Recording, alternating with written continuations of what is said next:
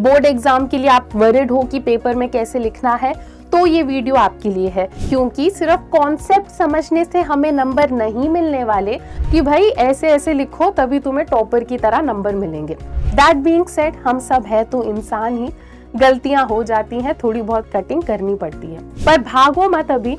Hello बच्चों, welcome to दृष्टि school. मैं हूँ आपकी अनुष्या दीदी एंड कैसे हैं मेरे सारे स्टूडेंट्स। आई होप आप सब ठीक हो एंड आई ऑल्सो होप कि आप लोग सुपर रेडी हो आज के इस सेशन के लिए। तो पॉलिटिकल साइंस के चैप्टर्स को तो हम समझ ही रहे हैं, कॉन्सेप्ट्स को तो हम समझ ही रहे हैं, पर साथ ही साथ हमें ये भी पता होना चाहिए कि एग्जाम में आंसर को लिख कर कैसे आना है। क्योंकि सिर्फ कॉन्सेप्ट समझने से हमें नंबर नहीं मिलने वाले, हमें उस कॉन्सेप्ट को बढ़िया तरीके से, प्यारे तरीके से प्रेजेंट भी कर कर आना है पेपर में, तभी हमें नंबर मिलेंगे। तो आज के क्लास में हम यही डिस्कस करेंगे कि आंसर राइटिंग की क्या स्ट्रैटेजी होनी चाहिए पॉलिटिकल साइंस में, ताकि आंसर राइटिंग पेपर प्रेजेंटेशन में हमारे नंबर बिल्कुल भी ना कटे, है ना। तो अगर आप क्लास 12th के स्टूडेंट हो, बोर्ड एग्जाम के लिए आप वरिड हो कि पेपर में कैसे लिखना है, तो ये वीडियो आपके लिए है। इसके अलावा class 11th political science students जिन्हें लग रहा है फाइनल पेपर में प्रेजेंटेशन कैसी होनी चाहिए, आप लोगों के लिए भी ये सेशन बहुत ज्यादा हेल्पफुल होने वाला है। और सबसे इंपॉर्टेंट बात, इस वीडियो में मैं जो हमारे टॉपर्स रह चुके हैं सीबीएसई के, उनके एक्चुअल आंसर शीट लेकर आई हूं आप लोगों को दिखाने के लिए कि टॉपर्स ऐसा क्या लिखते हैं अपने आंसर शीट में कि उन्हें पूरे पूरे नंबर मिल जाते हैं, है ना। नॉर्मली टॉपर्स क्या करते हैं, वो अपनी आंसर शीट छुपा लेते हैं, है ना। तो इसीलिए आज मैं उन्हीं के आंसर शीट को लेकर आई हूं तुम्हें दिखाने के लिए कि भाई ऐसे ऐसे लिखो तभी तुम्हें टॉपर की तरह नंबर मिलेंगे। डन। चलो, तो सेशन स्टार्ट करने से पहले जो भी बच्चे हैं क्लास में, जल्दी से कमेंट सेक्शन भर दो, बहुत सारे फायर इमोजीज डाल दो, मुझे आइडिया लग जाए हमारे स्टूडेंट्स आ गए हैं। फिर हम लोग स्टार्ट करते हैं सेशन को। चैनल को सब्सक्राइब कर लो ऐसे और भी वीडियोस के लिए, ठीक है। चलो, तो आंसर लिखते टाइम बच्चों आपको बेसिकली ऐसा एक फॉर्मेट फॉलो करना है ना। आपको ऐसे नहीं करना कि रैंडमली जो भी दिमाग में आया वो लिख दिया। आंसर राइटिंग आपको एक तरीके से एक फॉर्मेट में करना है ना। सबसे पहले आप स्टार्ट करोगे इंट्रोडक्शन के साथ। फॉर एग्जाम्पल, अगर आपसे क्वेश्चन पूछ लिया कि what was the reason for dominance of Congress, क्या कारण था जिसके वजह से कांग्रेस का डोमिनेंस चल रहा था इतने टाइम तक, तो आप डायरेक्टली आंसर नहीं लिखोगे, पहले आप एक छोटा सा इंट्रोडक्शन लिखोगे। आप बोलोगे कि हाँ, कांग्रेस जो है काफी लंबे टाइम तक कांग्रेस का डोमिनेंस था, बहुत बढ़िया तरीके से कांग्रेस जीत रही थी हर इलेक्शन में, पर टाइम के साथ साथ ये डोमिनेंस कम हुआ, है ना। तो ऐसा एक इंट्रोडक्शन लिखोगे आप। उसके बाद आता है body of the answer. Body of the answer में हमारा एक्चुअल आंसर होता है। अब यहां पर आप समझाओगे कि क्या कारण था कांग्रेस के डोमिनेंस का, है ना। इसमें आप लिखो कि नेशनल मूवमेंट में कांग्रेस का बहुत इन्वॉल्वमेंट था, इसीलिए कांग्रेस का डोमिनेंस था। या आप लिखो कि कांग्रेस में बहुत फेमस लीडर्स रहे हैं, जैसे जवाहरलाल नेहरू जी, उनके फेम के वजह से, उनके करिश्मा के वजह से कांग्रेस को बहुत वोट मिले हैं। तो एक्चुअल आंसर हम बॉडी ऑफ द आंसर में लिखेंगे। और एंड में एक बहुत ही छोटा सा कंक्लूजन, ठीक है, कि इन सारी रीजंस के वजह से कांग्रेस का डोमिनेंस बना रहा, आगे जाने के बाद ड्यू टू वेरियस रीजंस ये डोमिनेंस धीरे धीरे कम होता गया, ठीक है। तो मैं समझती हूं कि शायद हर क्वेश्चन में तुम्हारे लिए पॉसिबल ना हो छोटा सा कंक्लूजन देना या मतलब प्रॉपर इंट्रोडक्शन देना, पर जहां पर भी हो सके तुम्हें अपने तरफ से एक एफर्ट मारना है कि मेरा जो आंसर है वो इसी फॉर्मेट में चले, ठीक है। तो इस फॉर्मेट को हम फॉलो करने की कोशिश करेंगे। फॉर्मेट हो गया। इसके अलावा आंसर राइटिंग में हमें और किस चीज का ध्यान रखना है, कुछ कुछ मैं तुम्हें पॉइंट्स बता रही हूं, इनका ध्यान रखो, ठीक है। सबसे पहले तो हमारे पॉलिटिकल साइंस में सारे आंसर हम लोग कैसे लिखेंगे, पॉइंट वाइज लिखेंगे। ठीक है, ऐसा नहीं करना कि बहुत बड़ा पैराग्राफ लिख दिया तुमने, ऐसा बिल्कुल भी नहीं करना। जो भी तुम्हें लिखना है उन्हें पॉइंट्स में बांटकर सिस्टमैटिक तरीके से लिखो। आप इस टाइप का एक बुलेट बना सकते हो अपने पॉइंट्स के लिए, है ना, या फिर आप चाहो तो ऐसे रोमन तरीके से लिख सकते हो या अल्फाबेटिकल तरीके से भी आप बुलेट्स डाल सकते हो। मैं पर्सनली रेकमेंड करूंगी कि आप इस तरीके से बुलेट डालो, है ना, बनाना भी इजी होता है। अगर तुम जल्दबाजी में एग्जाम दे रहे हो तो तुम जल्दी जल्दी ऐसे डॉट्स बना सकते हो। और क्या रहता है, जब हम इस तरीके से 1 या 2 लिखते हैं तो अगर क्वेश्चन में सब पार्ट्स हो तो उसके साथ थोड़ा कंफ्यूजन होता है। तो आई वुड रेकमेंड कि आप इस टाइप के बुलेट्स डाल दो, ठीक है, पॉइंट वाइज आंसर करना। इसके अलावा और क्या करना है, हमें अपने आंसर में कीवर्ड्स को इंक्लूड करना है और उन्हें अंडरलाइन भी करना है ना। तो हर क्वेश्चन में ना कोई एक कीवर्ड होता है, हर आंसर में कोई एक कीवर्ड होता है, और टीचर्स अक्सर ढूंढती है कि अगर इस बच्चे ने ये शब्द लिखा है तो मैं इसे नंबर दे दूंगी, वरना तो मैं आधे नंबर काटूंगी, है ना।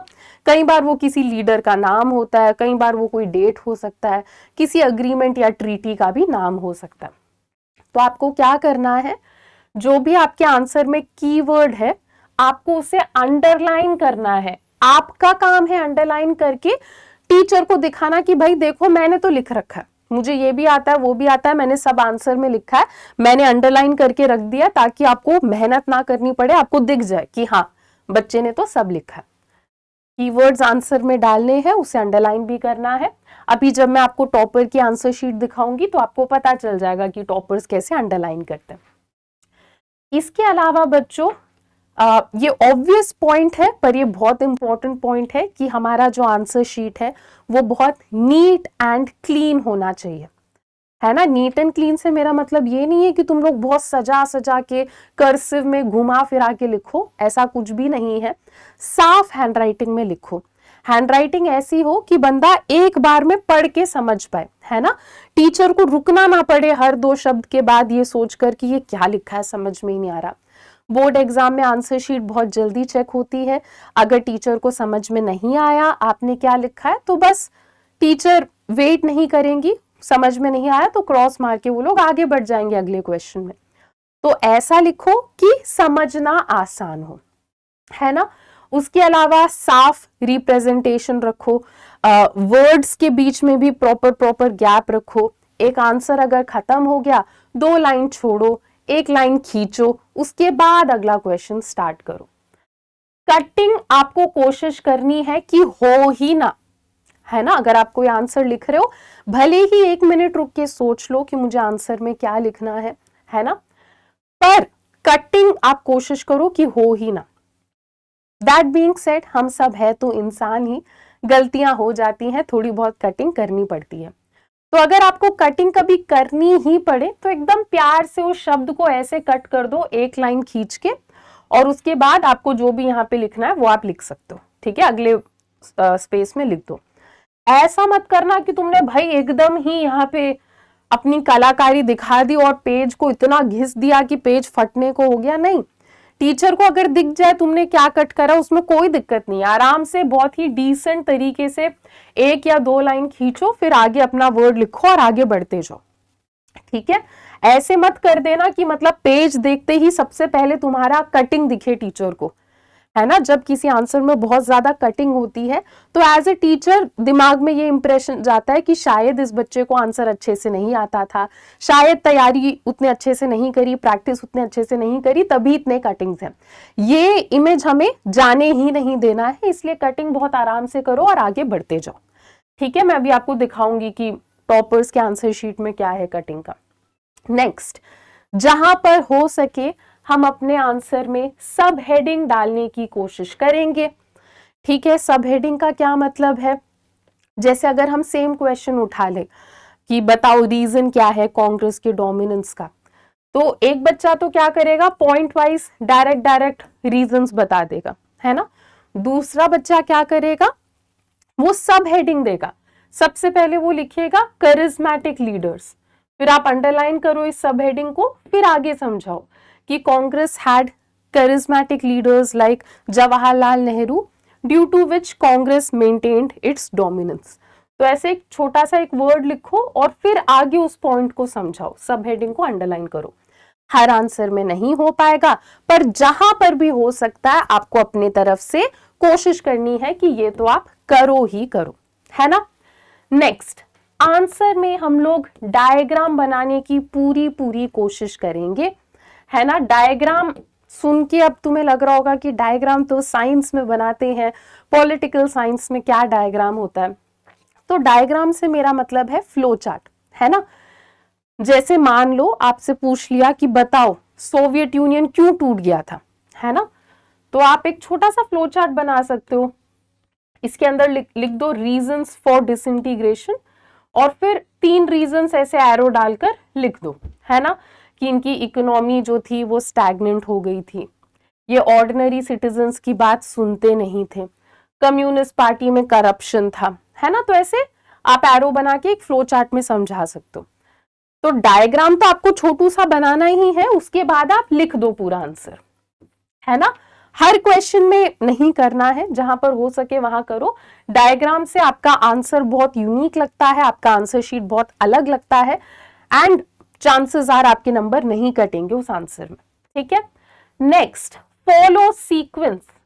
फॉलो सीक्वेंस का क्या मतलब है बच्चों, यहाँ पे फॉलो सीक्वेंस मतलब आपके पॉलिटिकल साइंस के पेपर में अलग अलग सेक्शन रहेंगे, है ना, section A, section B, section C.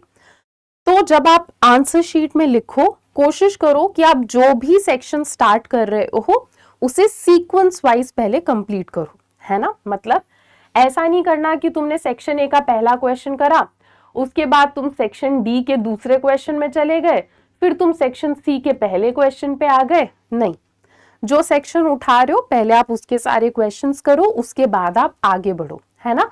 Sequence में करते हैं, टीचर्स के लिए भी सिस्टमैटिक रहता है, इजियर रहता है चेक करना।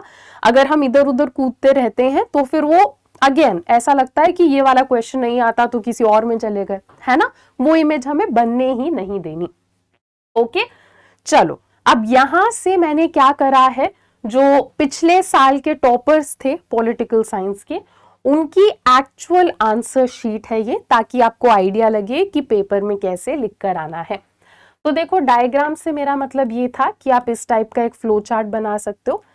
Causes of disintegration of USSR, USSR disintegrate क्यों हुआ, यहाँ पे लिख दिया इंटरनल वीकनेस, यहाँ पे लिख दिया इकोनॉमिक स्टैग्नेशन, यहाँ पे लिख दिया राइज ऑफ नेशनलिज्म, ठीक है। तो ये तो लिखा ही है, बाकी अगर आपको यहाँ पे दिख रहा हो, मैंने थोड़ा क्रॉप कर रखा है, पर यहाँ पे इस बच्चे ने पूरा आंसर भी लिख रखा है, साथ ही साथ एक छोटा सा डायग्राम भी बना रखा है ना। बस बॉक्स बनाए हैं, एरो बना दिए, ज्यादा टाइम भी आपको नहीं लगेगा इस टाइप का फ्लो चार्ट बनाने में, है ना। नेक्स्ट हम लोग बात कर रहे थे सब हेडिंग्स के बारे में। तो इस क्वेश्चन में पूछा गया है कि इमरजेंसी लग जाने का क्या रिजल्ट था। तो बच्चे ने पॉइंट वाइज लिखा है ना, प्रॉपर गैप दिया है, इसके अलावा सब हेडिंग दिया है, नो ऑपोजिशन, है ना, फंडामेंटल राइट्स वायलेशन। तो इस तरीके से आप भी सब हेडिंग देके अंडरलाइन कराना, है ना। अब देखो, टॉपर की आंसर शीट है, फिर भी कटिंग यहाँ पे हो रखी है, पर कटिंग ऐसे हो रखी है कि मैं पढ़ पा रही हूँ कि यहाँ क्या लिखा है। ह्यूमन राइट्स लिखा था, बच्चे ने फिर ह्यूमन को कट करके फंडामेंटल लिख दिया। आई एम नॉट श्योर आपको स्क्रीन पे दिख रहा है या नहीं, पर मतलब बहुत नॉर्मल एक लाइन से कट कर रखा है। आप भी अगर करना पड़े तो ऐसे ही करना। बाकी आप स्टूडेंट के हैंड राइटिंग को नोटिस करो, ऐसा नहीं है कि कुछ बहुत सुंदर है, कर्सिव है, ऐसा कुछ भी नहीं है ना। पर हैंड राइटिंग ऐसी है कि मैं बिना रुके आराम से पढ़ पा रही हूँ। Under emergency the government has the power. तो आपको भी यही कोशिश करनी है, साफ हैंड राइटिंग, जिससे कोई भी बंदा आराम से पढ़ सके, उस तरीके से आपको लिखना है। अब देखो, एक और एग्जाम्पल है ना। तो क्वेश्चन में पूछा है कि ग्लोबलाइजेशन का क्या कॉन्सिक्वेंस था। तो बच्चे ने यहाँ पे फ्लो चार्ट तो बना ही दिया कि ग्लोबलाइजेशन का पॉलिटिकल कॉन्सिक्वेंस था, इकोनॉमिक था, कल्चरल था, है ना। पॉलिटिकल को भी इन डिटेल थोड़ा आगे जाकर 2 हिस्सों में बांट रखा। उसके अलावा फ्लो चार्ट तो बनाया ही है, फ्लो चार्ट के अलावा यहाँ पे आंसर समझाया भी है। तो इस तरीके के फ्लो चार्ट आप लोग बना सकते हो। अगेन पॉइंट वाइज है, सब हेडिंग डाल रखा है और अंडरलाइन भी कर रखा है। नेक्स्ट, पॉलिटिकल साइंस में बच्चों आपके मैप बेस्ड क्वेश्चंस भी आते हैं, है ना। तो देखो स्टूडेंट ने बहुत अच्छा एक टेबल बना रखा है मैप बेस्ड क्वेश्चन के लिए एंड सीक्वेंस में आंसर करा है कि 1 जो है उसमें अल्फाबेट C आएगा और उस स्टेट का नाम है तमिलनाडु। तो जहां पे जरूरत हो आप इस टाइप का टेबल बना सकते हो। मैप के क्वेश्चन में तो ऐसा टेबल बना के आ जाना आप लोग। इसके अलावा आप लोग और क्या कर सकते हो, जो डिफरेंस बिटवीन वाले क्वेश्चंस होते हैं उसमें भी आप लोग क्या करो, पेज में बीच में एक लाइन खींच लो और यहाँ पे टॉपिक के ऊपर पॉइंट्स डालो, यहाँ पे दूसरे टॉपिक के ऊपर पॉइंट्स डालो। तो जहां पे जरूरत हो आप इस तरीके से छोटा मोटा काम टेबल वेबल बना सकते हो, अच्छा लगता है। ठीक है, तो यहाँ पे हमारी आंसर राइटिंग टिप्स फिनिश होती हैं। पर भागो मत, अभी तुमने टॉपर का आंसर शीट देख लिया, पूरा तरीका समझ लिया आंसर राइटिंग का। तो अब मैं तुम लोगों को एक छोटा सा होमवर्क दे रही हूं, है ना। मैं तुम्हारे लिए 2 क्वेश्चंस लेकर आई हूं। तुम लोगों को क्या करना है, तुम लोगों को इस क्वेश्चन को आंसर करना है। ठीक है, तो अब तुमने टॉपर का आंसर शीट देख लिया, सब देख लिया। अब तुम लोग क्या करो, इस क्वेश्चन को अपने रफ कॉपी में मैंने जो भी तरीका बताया है उन सारे तरीकों को इंप्लीमेंट करते हुए तुम इन क्वेश्चन को आंसर करने की कोशिश करो। ठीक है, पहला question, explain 3 challenges that India faced just after independence, है ना। challenges of nation building का क्वेश्चन है। या फिर मैंने आपके लिए एंड ऑफ बाइपोलैरिटी का एक क्वेश्चन डाल दिया है, explain 3 reasons why did Soviet union disintegrate. ठीक है, कोई भी 3 कारण समझाओ कि सोवियत यूनियन डिसइंटीग्रेट क्यों हुआ। तो ये आप लोगों का होमवर्क है। अब आप टॉपर की तरह हमने जो कुछ समझा है वो सब इंप्लीमेंट करते हुए आंसर को लिखने की कोशिश करो। डन। चलो बच्चों, तो आई होप अब आप लोगों को क्लैरिटी मिली है कि आंसर राइटिंग कैसे करना है। अगर आप लोगों को ये वीडियो हेल्पफुल लगा तो वीडियो को लाइक जरूर करना, show your love and support in comment section, channel को सब्सक्राइब कर लो ऐसे और भी वीडियोस के लिए। मिलते हैं अपने नेक्स्ट लेक्चर में। Till then bye bye, take care and thank you.